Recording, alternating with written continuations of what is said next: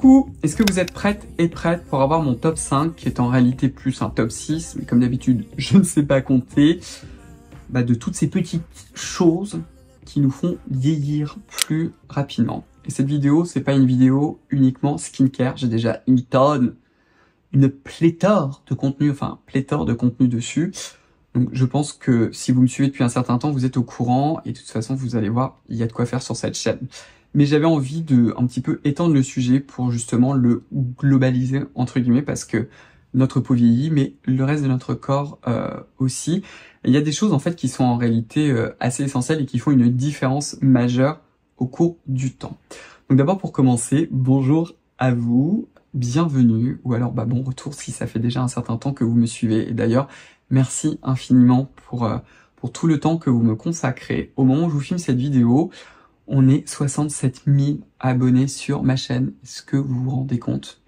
Même moi, je ne réalise pas. Donc vraiment, merci infiniment pour votre fidélité, pour tout le temps que vous me consacrez. Je ne vous le dis pas assez souvent, mais vraiment, merci. Merci aussi pour Silla. J'y pense beaucoup en ce moment. Silla, c'est ma marque avec mon premier produit, l'essence initiale, pour vraiment tout l'accueil. Là, juste avant de vous filmer cette vidéo, on a préparé avec Claire tout le contenu pour cet été, etc. Et c'est aussi en ce moment le bilan de l'entreprise, etc. Et si Silla est toujours là aujourd'hui, si moi je peux continuer à travailler, c'est vraiment grâce à vous, à tout le temps que vous m'avez consacré et aussi à toutes celles et ceux d'entre vous qui avaient acheté l'essence initiale. Merci beaucoup, ça nous a permis de développer déjà d'autres produits cette année, dont certains sont presque finis, et d'avoir aussi les fonds pour le prochain. Donc vraiment, merci, merci, merci. Alors écoutez, c'est parti. Peut-être juste avant, c'est vrai que je vous le dis tout le temps à la fin de la vidéo, mais ce n'est pas bien. Parce que je termine toujours mes vidéos en vous disant prenez bien soin de vous. Et c'est vrai que moi, mes vidéos, quand je le fais, alors il y a toujours un aspect un peu... Vous savez, on dit en anglais nerdy, un peu intello, un peu scientifique, etc. Mais tout ça, et c'est vraiment la vision que j'ai, c'est cette vision de vous accompagner, de se faire du bien. Pas juste se faire du bien au moment où on va faire sa routine de soins finalement, mais aussi finalement sur le long terme. Parce que pour moi, c'est vrai que c'est comme ça que moi je vis ma vie, je la vis dans le moment présent. Je pense que c'est très important de prendre du plaisir dans le moment présent et d'en tirer le maximum parce qu'on ne sait pas de quoi demain est fait, mais en même temps de toujours se projeter parce que, et j'espère vraiment pour vous que vous aurez cette chance de pouvoir vieillir, de pouvoir vous dire que dans 10 ou 20 ans, vous allez pouvoir faire quelque chose et vraiment, c'est mon souhait le plus cher que dans 10 ou 20 ans, que vous soyez en pleine forme, que vous soyez bien pour que vous puissiez faire des choses. Et ça, je pense que c'est vraiment la clé de voûte de tout ce que je vais vous dire aujourd'hui.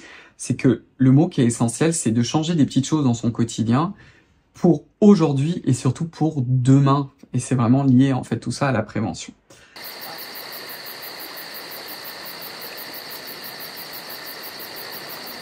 Alors le premier top, la vraiment première chose qui est assez évidente parce que c'est ce que je fais et qui est lié tout simplement à la peau, c'est avoir une bonne routine de soins qui s'articule autour vraiment des piliers fondamentaux finalement, qui est bien se nettoyer le visage, avoir une bonne routine d'exfoliation qui est adaptée à votre routine et à votre type de peau, bien s'hydrater la peau au hasard avec l'essence initiale, la nourrir correctement avec une crème hydratante qui est adaptée à votre type de peau. Ça, c'est vraiment important. Hydratation. C'est pour ça d'ailleurs que je vous ai sorti que le premier produit de ma marque, c'est l'essence initiale. C'est vraiment bien l'hydrater avec la bonne crème hydratante qui soit vraiment adaptée à votre type de peau. Il y a encore trop de personnes qui n'utilisent pas la bonne crème hydratante. Par exemple, beaucoup me disent j'ai tout le temps la peau qui est déshydratée, j'ai tout le temps la peau qui a soif. C'est pas que votre peau elle a soif en fait, c'est parce que vous n'utilisez pas la crème hydratante qui est adaptée à votre type de peau. Souvent parce qu'on se dit oulala c'est beaucoup trop gras, c'est horrible. Et j'ai plein de personnes. Là, j'avais fait un stand avec Silla, par exemple, au congrès M, qui me disait non, mais là, j'aime pas les produits gras, alors que je voyais pertinemment que c'était ce dont il avait besoin. Et beaucoup de personnes le testent sur la main et cherchent ces produits complètement évanescents, qui disparaissent complètement. Et je me dis, mais en fait, votre peau, c'est ce que j'expliquais, elle est déshydratée parce que vous n'utilisez pas assez d'humectant, mais parce que vous n'utilisez pas une crème hydratante qui soit assez grasse pour votre type de peau. Et ça, c'est vraiment un point majeur. Et le dernier, évidemment, qui est capital dans la prévention, c'est la crème solaire. Je vous ai filmé, là, par exemple, la nouvelle sortie de chez Rema, de la P20 Sensitive Face, qui est une très très belle protection.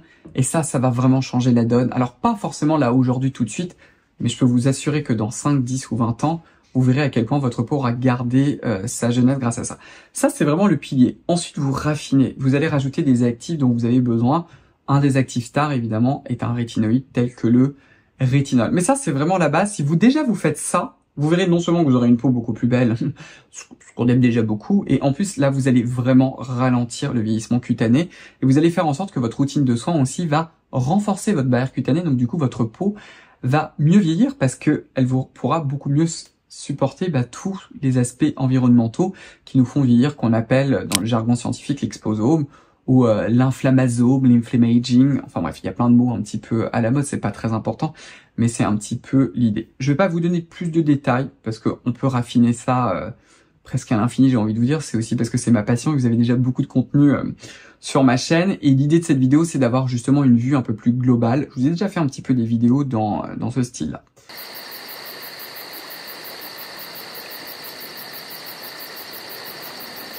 Le deuxième point, et là, moi j'ai beaucoup de travail à faire dessus, c'est le sommeil. Maintenant, on les compte plus, en fait, le nombre d'études en fait qui montrent à quel point déjà juste bien dormir change vraiment la donne.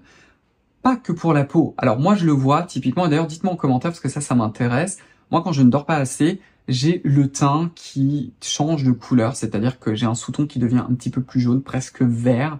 Et je vois aussi quand je suis très très fatigué que j'ai la peau très déshydratée quoi que je fasse. Alors moi j'avoue avec l'essence initiale, je vous fais pas cette vidéo pour faire mon auto-promo, mais c'est vrai, je le vois vraiment que quand je suis très fatigué, si je fais essence initiale avec Masculine Nuance, qui est juste là à côté d'ailleurs, ça m'aide à redonner de la vie à ma peau. Mais vraiment, le sommeil, c'est quelque chose qui est essentiel à notre physiologie, qui est non seulement essentiel pour la peau, mais aussi pour l'ensemble de votre corps. Et de tout le temps être dans ces conditions où on dort moins bien, c'est vraiment quelque chose qui est pas bon. Dans les choses qui peuvent vous aider à mieux dormir, vous avez par exemple certains types d'oreillers. Je pense typiquement aux oreillers Sleep and Glow. Je vous en ai déjà parlé, mais alors ça fait vraiment un bout de temps. J'ai d'ailleurs un code de réduction si ça vous intéresse. Moi, ce que j'adore en fait avec cet oreiller, c'est deux choses. La première chose qui est pour moi encore plus importante, moi je suis quelqu'un qui dort très mal. J'ai souvent du mal à m'endormir. Je me réveille très très souvent dans la nuit et clairement être dans une position qui m'est confortable, c'est très important. Et je suis aussi quelqu'un qui ne peut dormir que sur le côté. C'est impossible de m'endormir sur le dos. À l'époque où j'avais fait ma greffe pour les cheveux, il fallait absolument que je dorme sur derrière en fait. Vous voyez, sur le dos, Cyril, tout simplement. Je peux vous assurer que je n'ai pas dormi pendant 2 semaines pratiquement. C'était vraiment la catastrophe. Je n'arrivais pas à dormir. Les oreillers Sleep and Glow en fait, ils ont une petite indentation qui vous permet en fait de dormir sur le côté. Ils sont incroyablement confortables. Alors déjà, ça va protéger votre visage des rides du sommeil, parce que quand on dort sur le côté, vous avez le visage tout écrabouillé, quoi.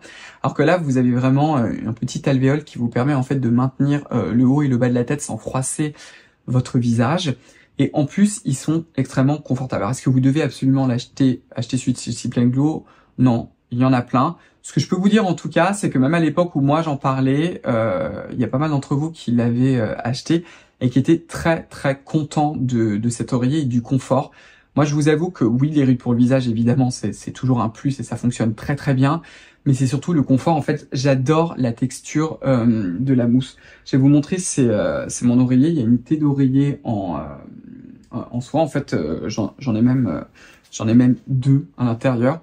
Je vais vous le déshabiller carrément. Il doit avoir aussi des poils de bulle quand il monte sur le lit, mais because why not. Le mien, ça fait combien de temps que je l'ai? Ça fait vraiment longtemps que je l'ai. Ça fait au moins 2 ans. Il n'a pas bougé, c'est-à-dire que la texture est toujours la même. Et je sais pas si vous allez le voir, mais c'est mou. Alors là, vous voyez aussi la zone pour mettre votre visage. Mais c'est mou sans être trop dur. Avant, j'avais d'autres oreillers en fait comme ça pour supporter au niveau des cervicales. Parce qu'à un moment, j'avais beaucoup de torticolis. Sleep and Glow plus la pratique du yoga, ça vous change la vie. Moi, j'ai plus du tout de torticolis maintenant. Ça, on aime beaucoup. Mais bref, ce n'est pas le sujet. Je vais pas vous parler du yoga aujourd'hui. Quoique, je peux. Et cette mousse, en fait, elle est pas trop dure. Parce que j'en ai eu avant qui était aussi très dure ou alors trop mou. Pour moi, en tout cas, La texture est vraiment parfaite, vous avez assez de soutien et en même temps, c'est pas trop dur. Et comme vous pouvez voir, il a pas changé.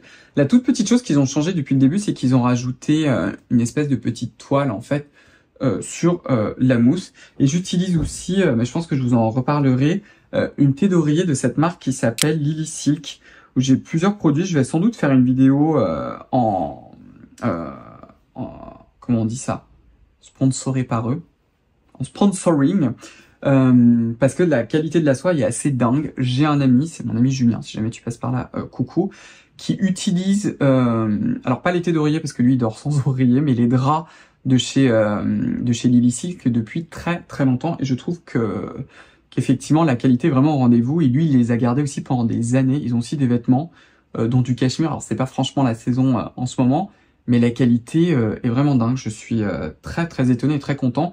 J'ai pris un bout de temps parce que celle-ci, alors je ne l'ai pas repassée, j'ai dormi dessus, hein, mais celle-ci je l'ai depuis, j'ai dû la laver au moins 3-4 fois déjà, ça n'a pas bougé, c'est toujours aussi doux, et ça, comment dire, ça va pas vous irriter le visage, chose que moi je n'aime pas du tout sur les thés d'oreiller. Mais la qualité du sommeil est essentielle, donc pensez par exemple à changer votre oreiller. Ça peut être celui de chez Sleep & Go. Ils en ont un autre Sleep & Go là que j'ai pu, qui s'appelle je crois le Hola, mais je vais vous montrer une photo pour celles et ceux d'entre vous qui dormaient sur le dos, si vous aimez, qui est aussi assez hallucinant parce que en fait il va vous protéger de chaque côté et c'est extrêmement confortable. Celui-ci aussi est incroyable. Ils ont aussi une nouvelle couette que j'ai pas encore essayé, mais vous avez la couette par exemple pondérée, alors c'est pas le moment, mais qui est assez lourde. Ils en ont une nouvelle qui est très très légère. Comme je vous l'ai dit, je ne l'ai pas encore essayé, donc celle-ci je peux pas vous dire, mais la pondérée, je l'ai. Elle est aussi incroyable, vous êtes vraiment lové littéralement avec. Mais c'est ce genre de petites choses, voilà, pensez peut-être à changer votre drap, votre couverture, votre couette, mais essayez de faire en sorte de mieux dormir. Dans les choses aussi alors que je ne fais pas du tout, mais que je devrais faire, alors ça je le fais quand même, mais à partir d'une certaine heure, au moins 1 heure avant de dormir, eh ben c'est baisser la luminosité ambiante tout autour de vous. Ne restez pas sur l'ordinateur et votre téléphone, chose que moi je fais. Si jamais vous le faites, vous pouvez acheter, là je sais pas où je les ai mises, mais ça je l'ai fait, c'est acheter, vous savez, ces lunettes qui ont un énorme filtre bleu, qui sont très très orangés, parce qu'en fait la lumière bleue, ça enclenche la sécrétion de sérotonine, et la sérotonine, c'est un petit peu l'hormone de l'éveil. Donc du coup, ça va inhiber la mélatonine, qui est l'hormone du sommeil. Donc pensez à ce genre de choses, surtout si vous avez du mal à vous endormir. Évitez de faire des choses aussi qui sont un peu trop stimulantes intellectuellement. Moi, comme j'ai tout le temps un vélo dans la tête, c'est la catastrophe, et que j'arrive pas à me... Mais pensez à faire ce genre de choses. Ça peut être aussi faire des étirements avant d'aller au lit, enfin bref. Instaurer en fait un rituel qui va vous aider à mieux dormir. Bon, ça ne fonctionne pas des masses sur moi, mais en tout cas, j'espère que ça fonctionnera sur vous, mais au moins ça me permet de dormir confortablement, et ça c'est vraiment important, mais le sommeil c'est essentiel.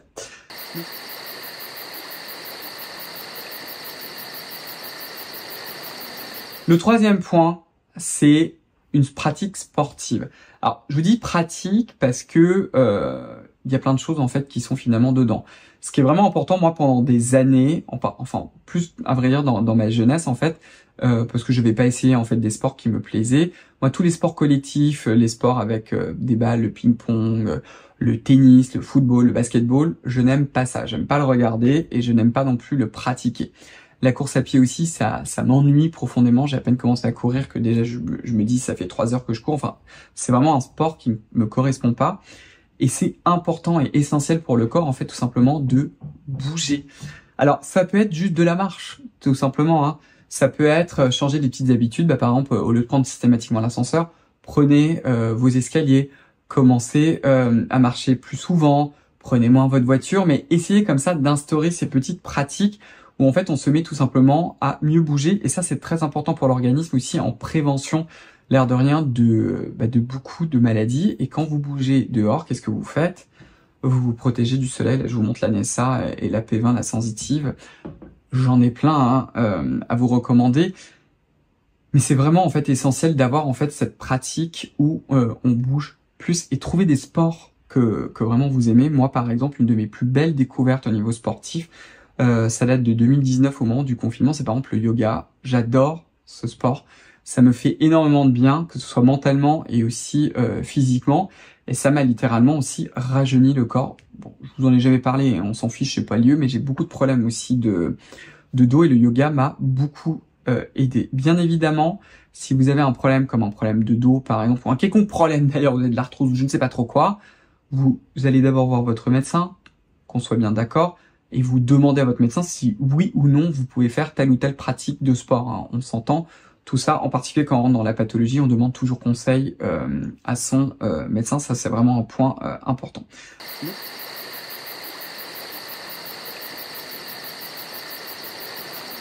Le quatrième point, et pareil, je vous en ai déjà parlé, c'est au niveau de l'alimentation. C'est vraiment important d'avoir une alimentation équilibrée.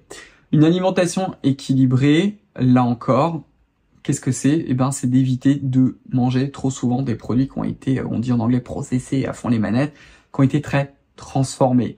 Idéalement, il vaut mieux manger des produits qui n'ont pas été trop transformés et penser toujours aux fruits et aux légumes parce qu'ils vont vous apporter plein de nutriments essentiels et éviter les sucreries. Alors, moi, je vous dis éviter, je suis pas en train de vous dire qu'il ne faut plus jamais manger de gâteau de sa vie, je vous l'ai déjà expliqué, mais essayez de le rationaliser parce que ça, clairement, alors ça, c'était mon ancien projet de recherche, pas directement, mais je travaille sur le développement, ce qu'on appelle des cellules bêta, qui sont des cellules qui produisent de l'insuline, donc c'est très très lié au diabète. Et j'ai rencontré beaucoup de diabétologues qui sont des médecins spécialisés en endocrinologie et du coup dans le diabète. Et ils voient beaucoup de patients qui ont du diabète de type 2 et maintenant il a été prouvé que chez la majorité, je vous dis pas chez tout le monde, que le diabète de type 2, c'est induit par une vie sédentaire où on bouge très très peu, donc aucune pratique sportive même de marche, hein, et une alimentation en fait qui est très très grasse et très sucrée. Donc typiquement manger que des pâtes avec, je sais pas moi, que de la viande, jamais fruits et jamais de légumes pratiquement, ça c'est quelque chose qui est délétère pour votre santé, surtout sur le long terme. Donc essayez d'introduire des fruits et des légumes. Et je pense que la notion la plus importante surtout là-dessus, c'est de pas rentrer dans quelque chose qui culpabilise, où on se dit c'est bon, on se restreint surtout, on ne mange plus, on ne vit plus. Non, l'idée aussi c'est que l'alimentation c'est aussi un énorme facteur de plaisir. Il faut savoir se faire plaisir évidemment. Et trouvez-vous, je sais pas, vous dites tous les dimanches, vous achetez vos gâteaux préférés, enfin je ne sais pas. Mais essayez de trouver comme ça des moments pour vous faire plaisir et éviter le sucre au quotidien parce que ça effectivement c'est pas top sur le long terme.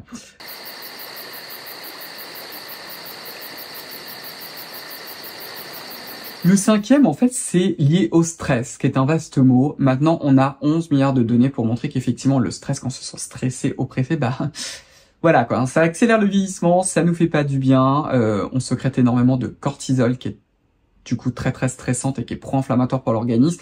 Donc c'est franchement pas top. Alors c'est compliqué le stress parce que je pense que on a tous des moments dans notre vie qui sont malheureusement stressants. Donc ce qu'il faut essayer de faire en fait, c'est d'apprendre à le gérer. Ce qui est très très compliqué. Moi, ce sont des choses, c'est un petit peu comme on dit des leçons de vie que j'ai commencé surtout à apprendre pendant mon doctorat où j'ai vécu des périodes particulièrement stressantes. Je suis désolé, il y a des travaux juste à côté. Est-ce que on va arriver à filmer la fin de cette vidéo? C'est pas sûr. Il m'avait dit qu'il s'arrêtait là, il est presque 17h. Ils ont menti. Bon, j'espère que je vais pouvoir vous finir la vidéo, surtout qu'on est presque à la fin là. Donc je vous disais, au niveau du stress, il faut le transformer en quelque chose un petit peu de positif. Et pendant justement mon doctorat, c'est quelque chose que j'ai appris. Il y avait des moments quand je voyais, enfin je m'en souviens bien, à certains moments où il y avait tellement de choses à faire, je me disais mais c'est pas possible, je vais pas y arriver. Il faut trouver des petits mécanismes. Donc par exemple moi, et c'est ce que j'applique toujours là maintenant, ce que j'ai appliqué aussi au moment du lancement de Scylla qui a été, comment vous dire, un petit peu stressant. C'est-à-dire que je ne faisais que travailler, j'avais arrêté tout, hein, je me levais, je travaillais jusqu'au coucher, point barre quoi. Et il y avait du coup une liste astronomique de choses. Donc en fait ce que je faisais, c'est que je me faisais des listes et je prenais point par point. Et j'évitais de me concentrer sur la globalité parce que au moment où vous savez on se met à regarder tout, on a un petit peu le vertige. Et du coup, c'est des petites choses, moi, qui m'aidaient. D'autres choses aussi qui, moi, je trouve qui sont utiles, hein, après on a chacun ses mécanismes, c'est de trouver, en fait, un petit peu des soupapes. Alors, ça peut être pour le sport. Moi, parce que là, j'ai aussi beaucoup plus de temps, mais le simple fait de faire du sport, comme le yoga, retourner aussi à la salle de sport, ça me permet, en fait, de me défouler et de me vider l'esprit. Et c'est ce qui fonctionne le mieux, en tout cas, sur moi. Donc, c'est ce genre de petites choses.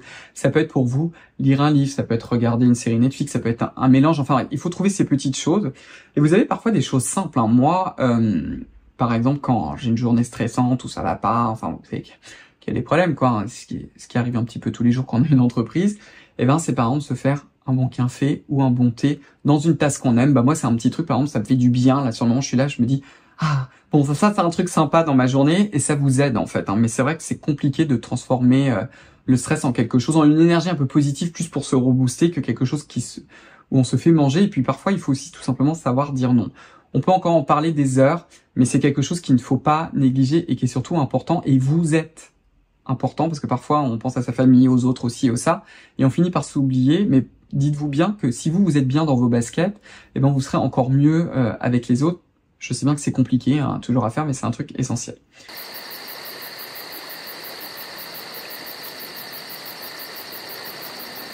Le dernier point, le point 6, parce que évidemment j'ai dit que c'était un top 5, mais il y a un point 6, c'est ce que je l'ai mis dans le dépistage en fait. Enfin, qu'est-ce que c'est? C'est tout simplement faire de la prévention d'un point de vue médical. On est très en retard en France là-dessus et c'est vraiment malheureux.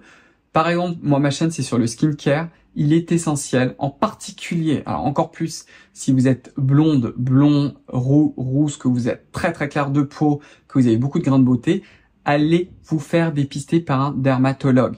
Même si le dermatologue ne va pas forcément vous aider à avoir une peau vraiment beaucoup plus belle, un dermatologue est un médecin. Il va pouvoir vous dire, ça c'est un grain de beauté, tout va bien, pas d'inquiétude. Ça c'est quelque chose qu'il faut surveiller, ça c'est quelque chose de dangereux. J'ai souvent ces questions-là. On va pas voir un médecin esthétique, on va voir un dermatologue. Et finalement, c'est pareil pour l'ensemble de l'organisme. C'est vraiment important, en particulier quand on arrive à une cinquantaine d'années. Les hommes souvent ne le font pas, un peu plus les femmes parce que vous êtes souvent moins têtus que les hommes, mais c'est vraiment important, hein, pour les femmes, c'est faire ses mammographies. Typiquement, chez les hommes, c'est toujours vérifier le taux de PCA pour vérifier que la prostate va bien, mais il n'y a pas que ça. Faites vos check-up, faites vos prises de sang, assurez-vous que tout va bien, parce qu'il vaut mieux, comme on dit, prévenir que guérir, et surtout que maintenant il y a quand même des outils en médecine, quand on commence à détecter les petites choses qui vont pas bien au tout début, et parfois on doit faire un traitement parce que c'est comme ça, mais ça nous permet de continuer. Vraiment, le dépistage est quelque chose qui est essentiel. Vraiment, n'attendez pas. Et toujours, en fait, l'ensemble de ce que je vous dis, c'est quoi? C'est finalement une vision assez globale de s'occuper de soi et essayer de le voir pas comme une contrainte, mais quelque chose que vous faites pour vous. Moi, c'est toujours comme ça, en fait, que je le vois. Même parfois, je me dis, j'ai pas envie d'aller au sport parce que je suis fatigué, etc. J'ai pas envie de bouger. Mais en fait, je me dis, mais en fait, c'est quelque chose que tu fais pour toi. Je le fais pour moi. En fait, c'est un investissement pour moi qui va aussi me faire du bien. Et au final, je serais mieux que si j'étais resté en train de végéter chez moi, quoi. En gros, c'est un peu ça l'idée, mais essayez de vous mettre un petit peu dans cet état d'esprit. Voilà pour cette petite vidéo qui est peut-être pas si petite que ça, parce que je crois que j'ai encore trop parlé. Heureusement, les travaux se sont arrêtés, donc je crois que je vais pouvoir conclure. Donc je vais me dépêcher. Donc en tout cas, si vous avez aimé cette vidéo, donnez-moi un pouce bleu. Abonnez-vous si vous ne l'avez pas encore fait. Enclenchez la cloche des notifications. Rejoignez-moi sur mon compte Instagram. Il faut aussi suivre le compte Instagram de ma propre marque, qui est Silla Beauty. Et puis, je crois que c'est à peu près tout. Donc comme toujours, et c'était vraiment le but essentiel de cette vidéo, prenez bien soin de vous et on va se revoir très vite. Bye bye, au revoir. Only knows